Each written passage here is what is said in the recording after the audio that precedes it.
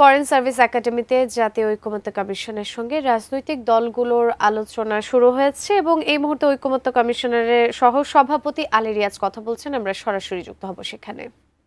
আমরা আশা করছি আগামীকাল পরশুর মধ্যে অবশ্যই আমাদের চেষ্টাটা হচ্ছে আগামীকালের আপনারা হয়তো কেউ লক্ষ্য করবেন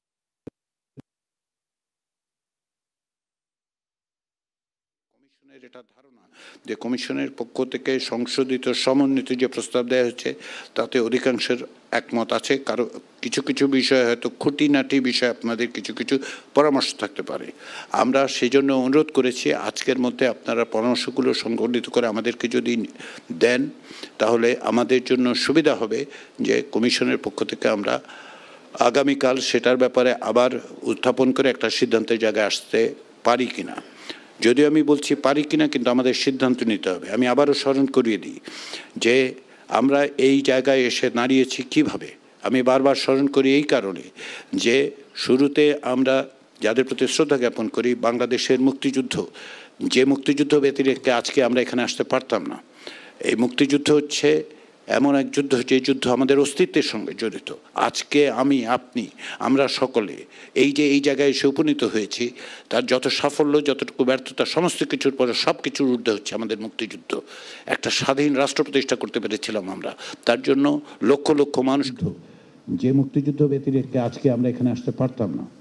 এই মুক্তিযুদ্ধ হচ্ছে এমন এক যুদ্ধ যে যুদ্ধ আমাদের অস্তিত্বের সঙ্গে জড়িত। আজকে আমি, আপনি, আমরা সকলে এই যে এই জায়গায় এসে উপনীত হয়েছি, তার যত সাফল্য যতটুকু ব্যর্থতা সমস্ত কিছুর পরে সব কিছুর ঊর্ধ্বে হচ্ছে আমাদের মুক্তিযুদ্ধ। একটা স্বাধীন রাষ্ট্র প্রতিষ্ঠা করতে পেরেছিলাম আমরা, তার জন্য লক্ষ লক্ষ মানুষকে প্রাণ দিতে হয়েছে। শুধু একদিনের সংগ্রামে সেটা হয়নি, একটি যুদ্ধের মধ্যে দিয়ে কেবল সেটা হয়নি, দীর্ঘদিনের সংগ্রামের মধ্যে দিয়ে আমরা সেই জায়গায় এসেছি। যুদ্ধের মধ্যে দিয়ে আমরা এই রাষ্ট্র অর্জন করেছি, তার পথরেখা নির্ধারণ করেছি। পরবর্তী সময়ে 53 বছর ধরে আমরা গণতন্ত্রের সংগ্রাম করেছি। আমরা চেষ্টা করেছি একটি গণতান্ত্রিক জবাবদিহিমূলক রাষ্ট্র প্রতিষ্ঠার। এই সংগ্রাম অব্যাহত আছে। তারই এক পর্যায়ে আমরা একটা ভয়াবহ ফ্যাসিবাদী শাসনের মধ্যে নিপতিত হয়েছিলাম। সেখান থেকে সমস্ত রকম ভয় ভীতির ঊর্ধ্বে উঠে সকলে মিলে সকল রকম মত পার্থক্যকে ভুলে একটা সংগ্রামের মধ্যে দিয়ে আমরা এই জায়গায় এসেছি। এই পটভূমিকাই আজকে জাতীয় সনদের প্রশ্ন, সেটা আপনারা বিবেচনায় রাখুন। মুক্তিযুদ্ধ, 53 বছরের সংগ্রাম এবং গত বছরের যে অভাবনীয় অভূতপূর্ব গণঅভ্যুত্থান এবং রক্তপাত এবং প্রাণনাশ, সেগুলো আপনারা মনে রাখুন, আমরা মনে রাখি। সেই বিবেচনাগুলোকে সামনে রেখে আমাদেরকে অগ্রসর হতে হবে। সেখান থেকে পিছাবার কোনো উপায় নেই, সেগুলোকে পাশ কাটিয়ে যাবার কোনো উপায় নেই। সেই বিবেচনায় আমরা চাই আগামী 10 দিনের মতো, আজকে সহ 10 দিনের মধ্যে সিদ্ধান্তগুলো গ্রহণ করতে। যেখানে আমরা একমত হতে পারবো আমরা একমত হব। যদি আপনাদের ভিন্ন মত থাকে ভিন্ন মত থাকবে। যদি সকলে মিলে, অধিকাংশ দল মিলে,